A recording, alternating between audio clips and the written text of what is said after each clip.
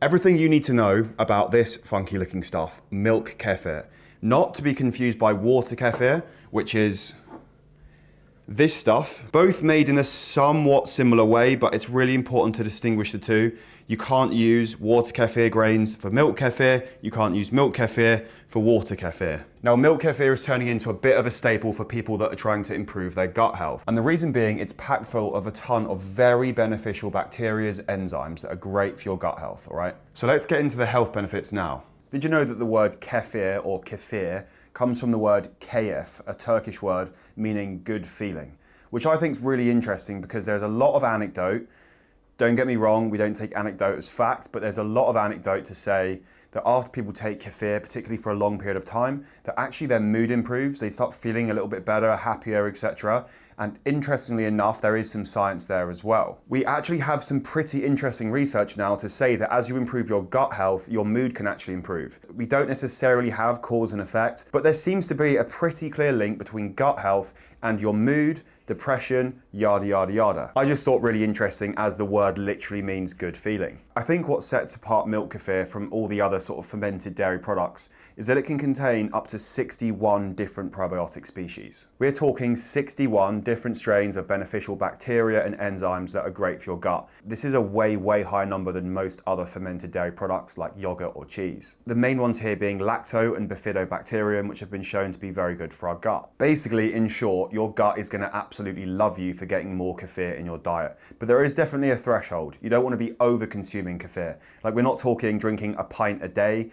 If you overdo things, it looks like you might get some digestive issues potentially. Drastically increasing your intake of kefirs might actually increase the motility of your digestion, right? Therefore, you might find that actually things start passing a little bit too quickly. I would say with milk kefir, if you're new to introducing fermented foods in your diet, I would say start off with like 100 ml, 200 ml in the morning on an empty stomach and just see how you get on.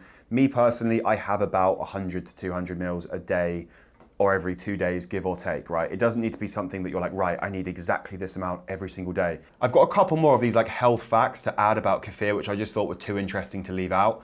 One of the byproducts you get from kefir is a carbohydrate called kefirin, which is actually antibacterial. Really, really cool. And it's also really important to differentiate between probiotics and fermented foods. Kimchi isn't a probiotic, but it is fermented and it is good for your gut. And we know that the bacteria in kefir and other dairy products is probiotic because we can define it and label it. And it's this wide variety of up to 61 different bacteria and yeasts that create these amazing benefits. Now, in terms of the benefits of consuming something like milk kefir, you have the umbrella term gut health to start off with, right? Then you have like the collateral effects of improving your gut health. And the studies here are mental. Now, what I will do is I'm just going to link a bunch of studies that link milk kefir to various outcomes. I'm going to let you read them. I'm not going to sit here and yap on about all the science behind this. I will say it is actually surprisingly well researched. I'm going to link it all there for you to read. If you are interested in that kind of thing, you can absolutely do so, but I'm not going to force you to sit through it. But in brief, we see things like improvements in immunity, obviously digestion, blood sugar management, weight regulation, cholesterol metabolism. You can see improved antimicrobial activity, like the list goes on. I've just done it anyway, haven't I? I just started yapping science words for no reason. Shut up.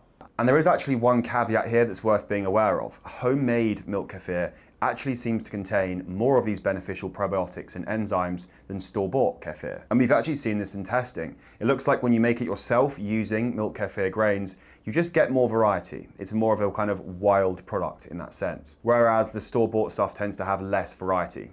Not necessarily a bad thing, just maybe technically on paper, the homemade stuff is better in terms of getting more of those different strains. But look, don't stress out if you're not making your own milk kefir or you can't or you don't want to.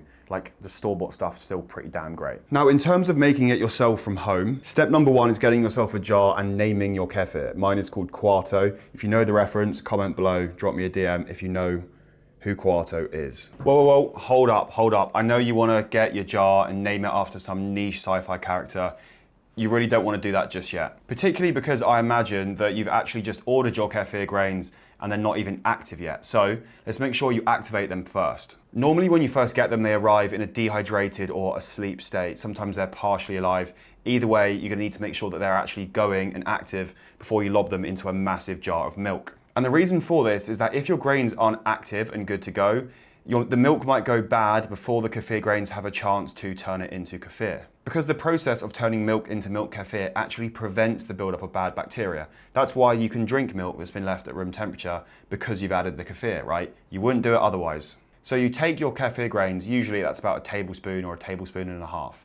Add them to a small jar of milk first. The reason being, this will be enough milk for the kefir grains to handle. Never overfeed your grains. So get yourself any old jar, kefir grains go in, fill it up with milk, shake it up, and then leave it for 24 hours at room temperature. Now the next day, regardless if there's any visible change or not, you want to change the milk. The way you do that, get a sieve, pour it through, that way you don't lose your grains. Don't just pour the lot out into the sink like I've seen some people do. And then you repeat the process. So what you're doing here is you're basically bringing them back alive, you're resurrecting the grains without overwhelming them with too much milk that might result in bad, stinky milk. Repeat this process a few times over. Usually this takes a few days, maybe a week, depending on the environment or the heat or the quality of your grains. And what you're looking out for is that within a 24-hour window, you'll see a separation of liquid and solid. The solids are technically like the thicker kind of kefir curds, and the liquid is the whey, right? Great source of protein, you could drink it.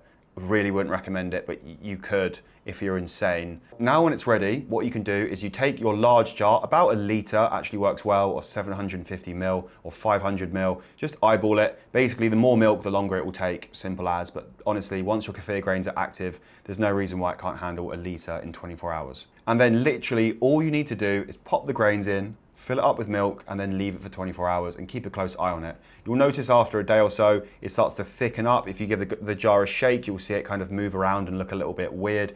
It will start smelling a bit sour, a little bit funky. If it starts smelling bad, like actually bad, like sulfuric or rotten, then they have gone bad.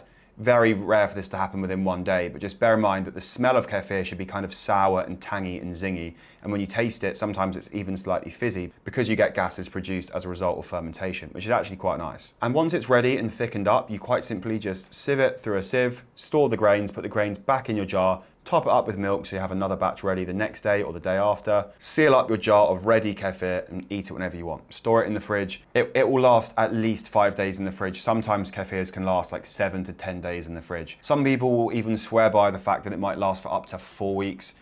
Again, if you want to do that, be my guest, but you know, I'm not telling you to do that. I would say if you want to be safe, stick within that 5-day range. Use your nose to tell you, and if you are cautious, stick within that 5-day range. At the start of this video, I put kefir grains in this jar of whole milk, and I've left it for about a day now. Now the grains were really cold and like tired, you could say.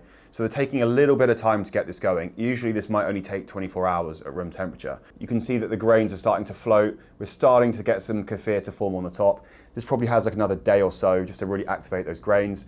It will be totally fine. A couple of things when you're making your milk kefir, you might notice it's quite thin in comparison to the stuff you buy from the store. The reason being, you need to be using full fat milk in order to get good thick kefir. Obviously, if you go for organic milks, you might get a slightly better result. You might have a little bit more bacteria action in there. But I think I've perfected the way of getting a really nice, thick, yogurty kefir, right? And I'll walk you through that just now because I filmed it a few days ago when my desk was over there. Now, the way in which you get like a slightly thicker, more yogurt-like kefir is you want to do it slightly colder, right?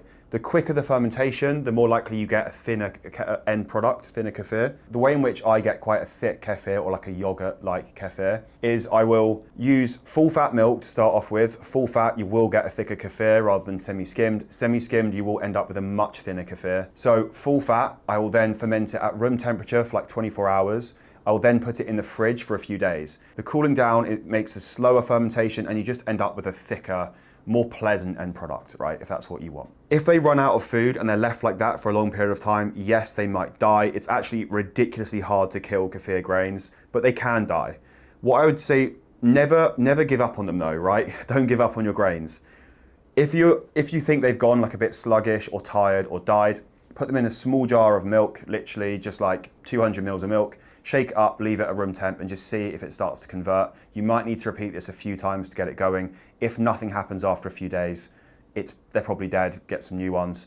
But they're incredibly hard to kill. These ones, I shit you not, I left literally for like months without in the fridge and they're doing absolutely fine. They're back and going and I've been using them again in no time. Temperature is a big variable here. If it's really cold, things will happen slower. They're not as happy at cooler temperature. The warmer things are, the faster they'll process the milk into kefir, and vice versa. Bang. I know it's been a while since my last YouTube video. Life has been incredibly busy for a billion different reasons. It's been completely hectic, and YouTube went into the background for a little bit. But we're back. We are back with more consistent videos. Let's hope to see if I can pull off a video a week, because I absolutely love doing this. It's so fun. So yeah, if you enjoyed, make sure to hit subscribe, and I'll catch you next week.